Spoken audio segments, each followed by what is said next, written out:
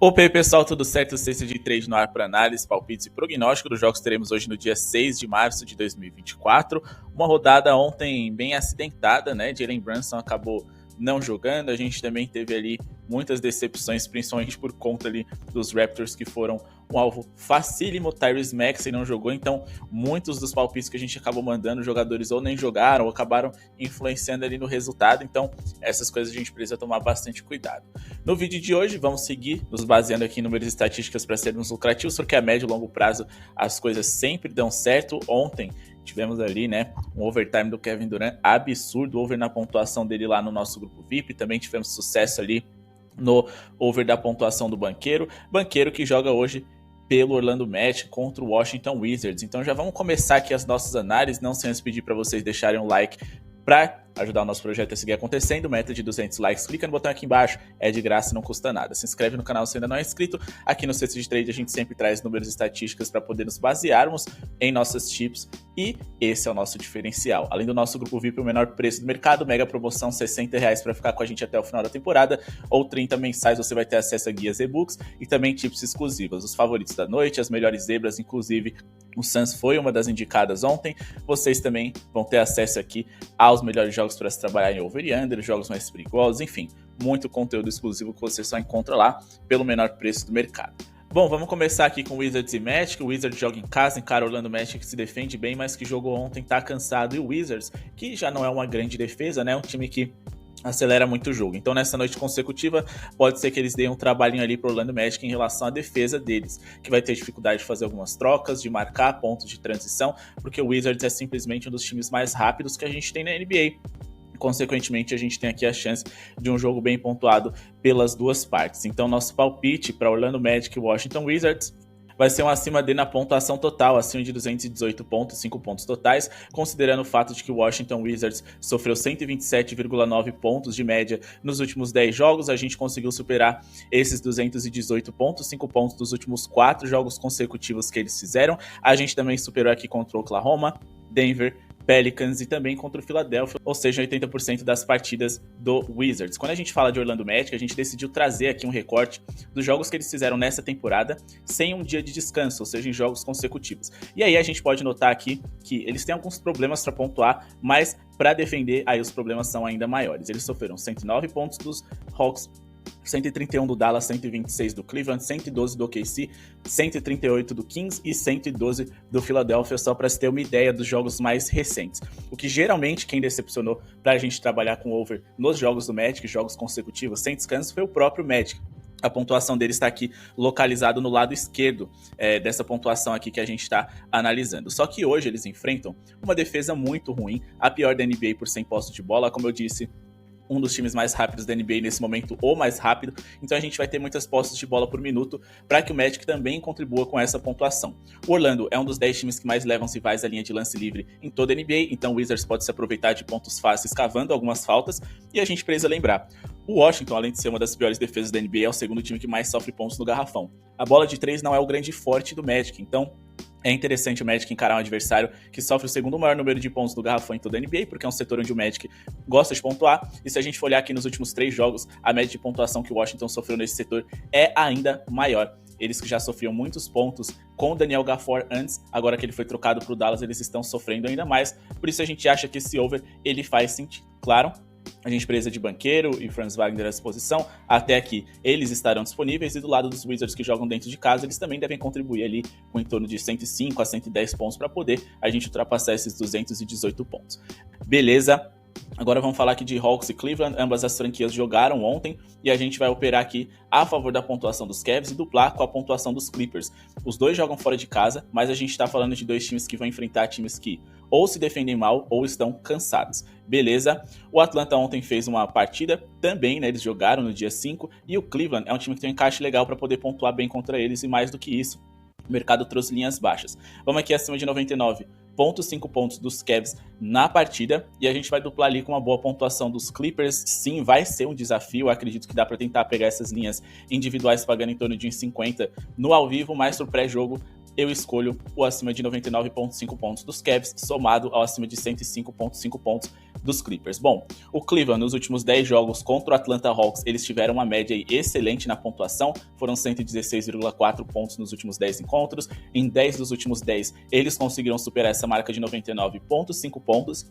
E mais do que isso, se a gente for pegar aqui, né, nos últimos 5 jogos, eles marcaram pelo menos 116 pontos em todos, o que é muito positivo para essa nossa equipe também. A gente tá falando de um Hawks que sem o Trae Young, eles melhoraram sim defensivamente, porque ele é um alvo fácil, é um cara que atrapalha na defesa, mas ainda assim eu acho que os Cavs têm o que é suficiente para poder machucar esse Atlanta, que é o 4º pior setor defensivo por 100 posses de bola da liga. E o Hawks, como joga em casa hoje, eles vão comandar as ações, eles devem acelerar o jogo, é o 4º time mais rápido da NBA, e com isso a gente deve ter muitas posses de bola por minuto para que os Cavs, mesmo sem o Donovan Mitchell, que não joga hoje, sim, consiga pontuar bem. A gente tá falando de um Cleveland que tem vários jogadores ali coadjuvantes recentemente pontuando bem. Ontem o Dean Wade fez uma partida extremamente decisiva. A gente também tá falando de um Cavs que se saiu muito bem com ausências importantes durante essa temporada.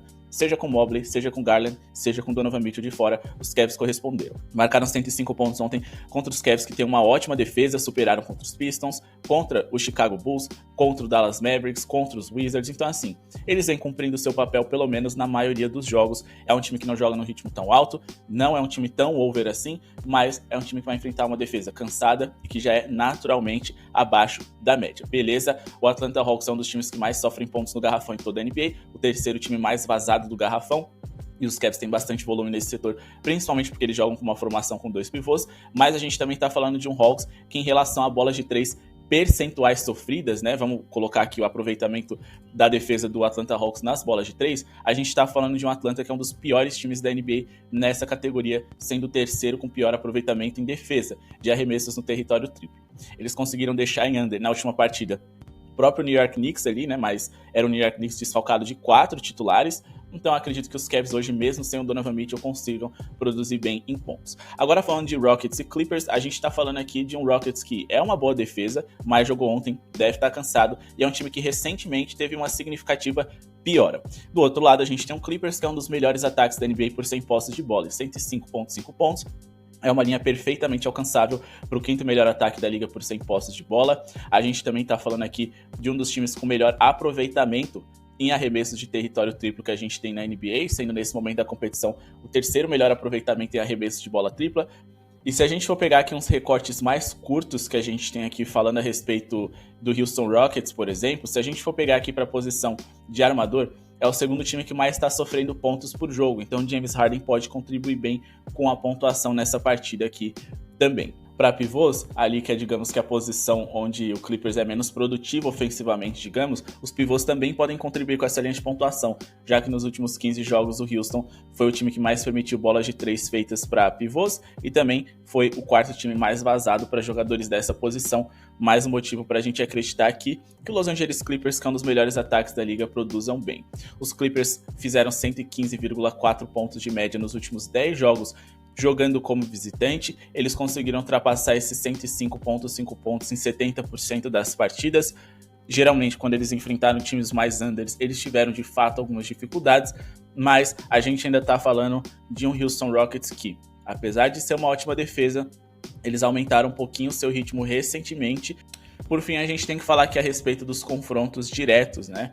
A gente tem aqui o Clippers que marcou 106, 121 e 122 pontos nos últimos 3 encontros contra os Rockets. É verdade, 2 desses 3 jogos foram em casa, e o único que foi fora de casa era quando os Rockets eram uma das piores defesas da NBA, coisa que eles não são hoje. Porém, o Houston, eles sofreram mais de 105,5 pontos para o Suns 2 vezes, para o Thunder 2 vezes e também sofreram aqui para o Suns nesse 3º jogo que as franquias tiveram. Sofreram 127 para os Pelicans, 121 para o Grizzlies, que é o pior ataque da NBA, e só conseguiram manter em linhas mais baixas ali os Knicks, ou seja, nos últimos 10 jogos, em 90%, eles sofreram mais de 105. Cansados, a chance disso acontecer é ainda maior. Pessoal, antes da gente partir aqui para Jazz e Bulls e também para os jogos que acontecem na virada da madrugada, não se esqueçam de conhecer a Estrela Bet, a casa de aposta que é nosso parceiro, o link dele está aqui na descrição, e clicando lá, fazendo seu cadastro, clicando aqui embaixo, você vai ter acesso a bônus e promoções exclusivas, não só em basquete, mas em outros esportes. Aproveitem para criar cadastro, conseguir um bônus e fazer a sua fezinha hoje na Champions League, que vai rolar, além, é claro, desses palpites que a gente está passando para vocês. Um deles vai ser Utah Jazz e Bulls. A gente tem mais um over aqui para indicar para vocês e vocês podem encontrar esse palpite também lá na Estrela Bet. Bom, a gente está falando aqui de um jogo que também nos traz uma boa oportunidade de trabalhar com acima de. São times extremamente overs? No caso dos Bulls, não. Mas é uma partida na qual 218,5 pontos me parece muito baixo e vale a pena se arriscar, principalmente pelo fator Utah Jazz. Quando a gente fala aqui de Utah Jazz nos últimos 10 jogos, eles sofreram 124 pontos de média. Essa linha de 218 pontos, 5 pontos totais, foi ultrapassada em 10 dessas 10 partidas que eles fizeram. E com certa tranquilidade na grande maioria das vezes.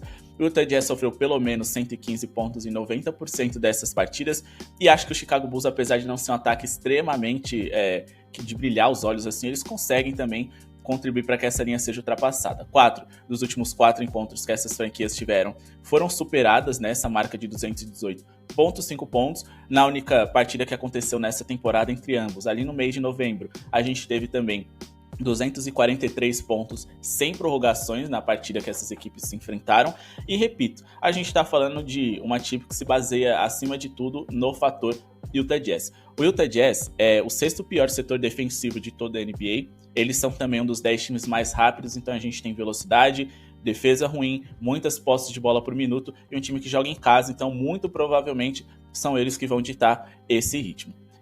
O Chicago Bulls é um dos 10 melhores aproveitamentos em rebotes ofensivos da liga, o Jazz é o 2º melhor, ou seja, os dois times podem corrigir arremessos errados fazendo pontos de segunda chance, o que também é muito positivo para a nossa time. Só que uma coisa também interessante e bem única dessa partida é que o Utah Jazz vem sem o Walker Kessler e o Lauri Markkanen, os dois melhores protetores de aro deles. Eles vão jogar com uma formação mais baixa, bem como o Chicago Bulls também vem jogando ali com 4 armadores na escalação. DeRozan, Desumo, Alex Caruso e também ali o Kobe White. Ou seja, são dois times que serão leves, rápidos, dinâmicos. A gente vai ter muitas posses de bola. Esse é um dos meus overs favoritos para essa rodada de hoje e quiçá dessa semana. Então vamos ficar de olho nessa partida. Eu tô bem surpreso com essa linha que o mercado nos ofereceu, principalmente porque o Utah Jazz é o 2º pior aproveitamento em defesa de arremessos do território triplo da NBA. Eles são piores defendendo em casa do que defendendo fora de casa, mas também são um time ali que em números brutos é o 2º mais vazado em bolas triplas, bem como o Chicago Bulls é o 1º. A gente também tá falando aqui de um Utah Jazz que nos últimos 15 jogos foi o 2º que mais sofreu pontos para armadores na NBA.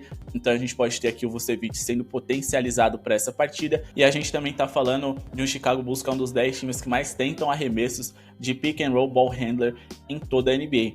Jogada essa na qual a equipe do Utah Jazz é um dos piores aproveitamentos na hora de defender, o 3º pior de toda a liga.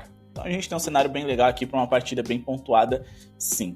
Beleza, agora vamos partir lá pro dia 7, na verdade a virada, né, na madrugada, Warriors e Bucks. Aqui a gente tem um jogo complicado, tá? O Giannis é dúvida, ele vai impactar completamente na partida, no resultado, na forma que o jogo vai se desenvolver. Acho difícil que ele jogue, porque não vale a pena arriscar a saúde de um jogador para um Bucks que já tá bem ali na Conferência Leste e é um jogador importante, né? Sem ele não tem como o Bucks ser campeão.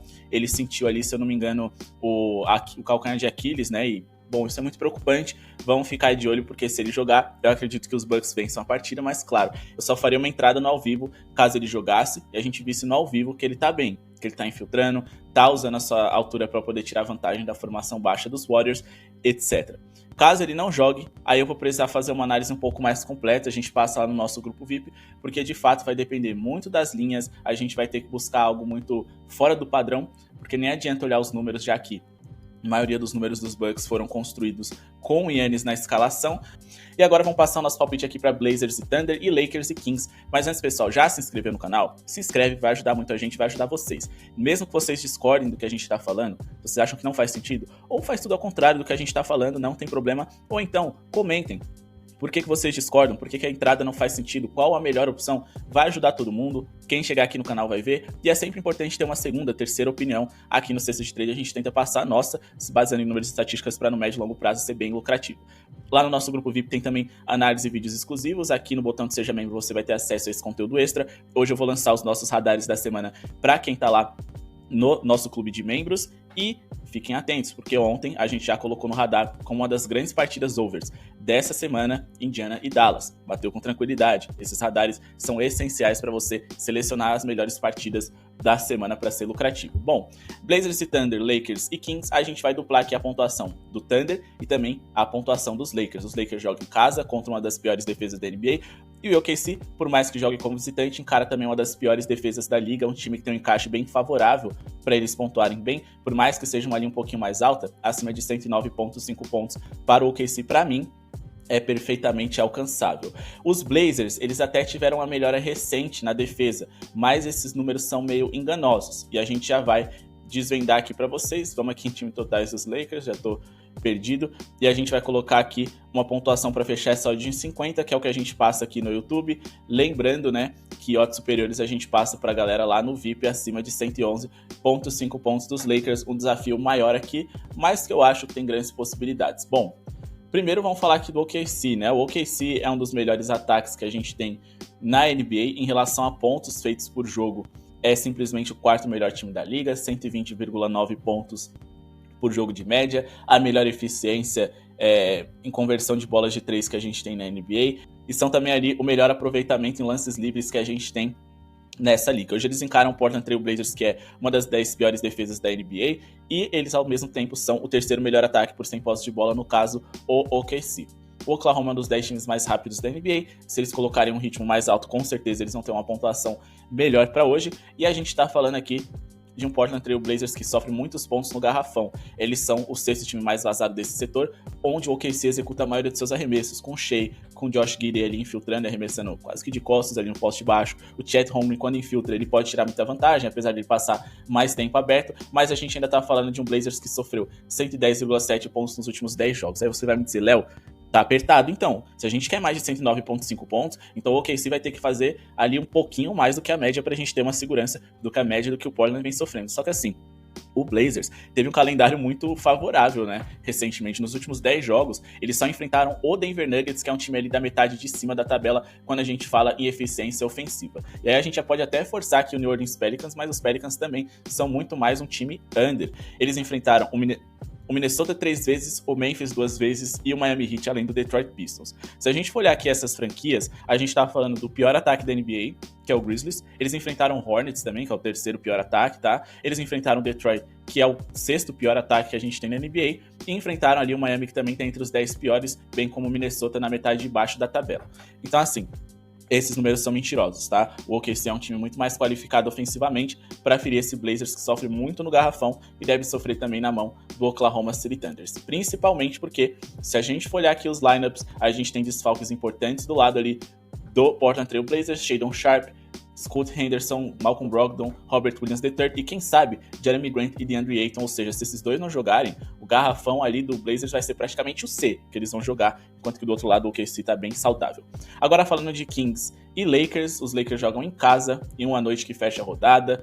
Grandes jogos aí em casa dos Lakers sempre chamam a atenção. Os Lakers jogam bem melhor nessa situação. LeBron James fica um pouco mais empolgado para ser produtivo, mas agora não é uma questão de escolha, é uma questão de necessidade, tá? Se a gente for olhar aqui na classificação da Conferência Oeste, a gente pode observar que o Los Angeles Lakers não tá numa situação confortável. Eles precisam vencer, é um jogo praticamente aqui de confronto direto. Se os Lakers ficarem entre 9º e 10º, provavelmente eles vão encarar o Warriors em um jogo único no play-in, isso é perigosíssimo, e ainda vão ter que vencer depois, se o campeonato tivesse acabado agora, um time ali de alto nível, Mavericks, Kings, Suns, Pelicans.